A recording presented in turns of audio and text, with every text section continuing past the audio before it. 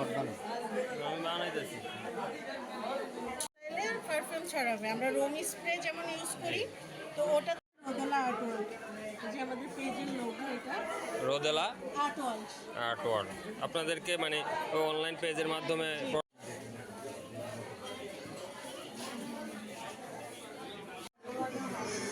মানে ঘর সাজানো যে